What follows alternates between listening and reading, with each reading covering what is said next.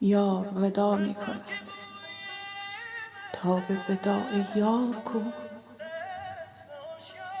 وعده وصل می دهد طاقت انتظار کو.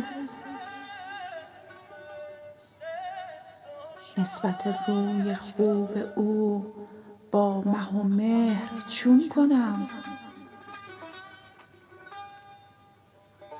عارض مهر و ماه را طره مشکبار کو.